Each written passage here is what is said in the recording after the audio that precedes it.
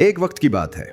बुलंदोबाला पहाड़ों में एक उम्र रसीदा और दाना राहिब क़याम करता था। उसकी पहचान उसकी गहरी समझ, बसीरत और दानाई थी, और यही वजह थी कि उसका नाम दूर दूर तक लिया जाता था। लोग कहते थे कि वो बातों के अंदर छुपी हकीकत फौरन जान लेता है। दूर दराज बस्तियों से लोग अपने उलझे हुए मसाइल लेकर उसके पास आते। सबको यकीन था कि शायद ही कोई सवाल हो जिसका जवाब वो न दे सके। उन्हीं पहाड़ों के दामन में एक छोटा सा गांव आबाद था, जहां दो शोख और शरारती लड़के रहते थे। उन्हें दूसरों को बेवकूफ बनाना अच्छा लगता, और जब कोई उनकी चाल में आ जाता तो वो जोर जोर से हंसते। एक दिन उनके दिल में ख्याल आया कि क्यों ना उस मशहूर राहिब को आजमाया जाए।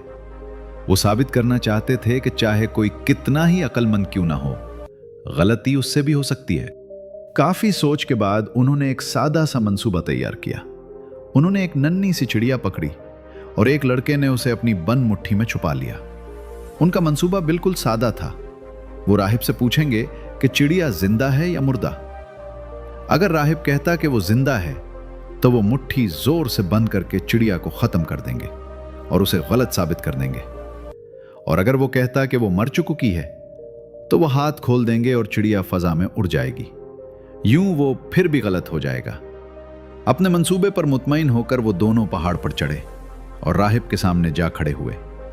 एक लड़के ने कदरे फख्र से कहा, लोग कहते हैं कि आप सब कुछ जानते हैं, आज हम खुद इस बात को जांचना चाहते हैं।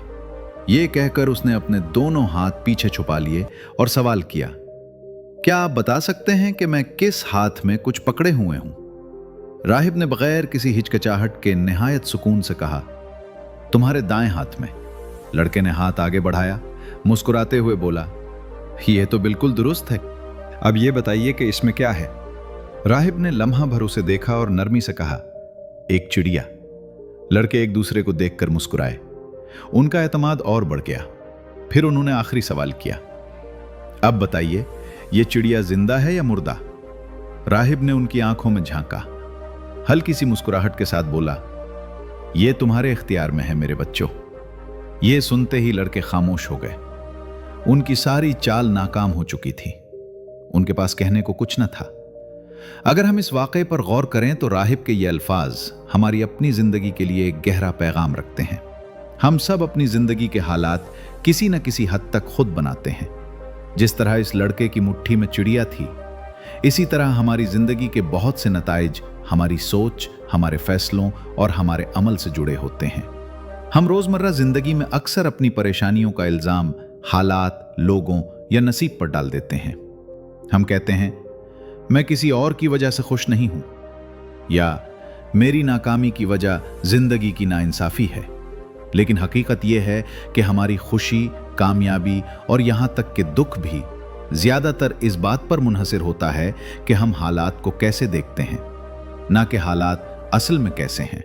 इस दुनिया की बाकी मखलूक़ात के मुकाबले में इंसान को यह खास नेमत दी गई है कि वो सोच सकता है, समझ सकता है और अपने रास्ते का इंतखाब कर सकता है। जानवर फितरत के बनाए उसूलों के तहत जीते हैं। उन्हें सही और गलत पर सोचने का इख्तियार नहीं होता, लेकिन हमें शऊर, अक्ल और आज़ाद इरादे की ताकत दी गई है। हम हर ख्याल और हर फैसले के साथ अपना आने वाला कल बनाते हैं। जिंदगी में चाहे कुछ भी पेश आए, दर्द, नाकामी, नुकसान या कड़े इम्तिहान, हमारे सामने हमेशा दो रास्ते होते हैं। या तो हम उन्हें अपनी ताकत बनाकर आगे बढ़ते हैं, या उन्हें खुद को कमजोर करने देते हैं। राहिब का यही जवाब हमें याद दिलाता है कि अपनी ख्वाबों जैसी जिंदगी बनाने की कुव्वत हमारे अपने हाथ में है। जिस तरह लड़के के पास चिड़िया को जिंदा रखने या मार देने का इख्तियार था, उसी तरह हमारे पास भी इख्तियार है कि हम अपनी जिंदगी को किस रुख पर ले जाना चाहते हैं। हम हर वाक़े पर काबू नहीं पा सकते जो हमारे इर्द गिर्द होता है, लेकिन हम हमेशा अपनी सोच, अपने रद्द अमल और अपने अगले कदम पर इख्तियार रख सकते हैं। इसलिए जब भी आप किसी मुश्किल घड़ी से गुजरें, ये बात याद रखें, चिड़िया आपके हाथ में है। आपकी जिंदगी, आपका रास्ता, आपका सुकून और आपकी तरक्की, सब की शुरुआत आपके अपने फैसले से होती है। अपनी जिंदगी की जिम्मेदारी कबूल करें, सोच समझ कर इंतखाब करें और ऐसी जिंदगी बनाएं जो आपकी असल सलाहियतों की सही अक्कासी करे।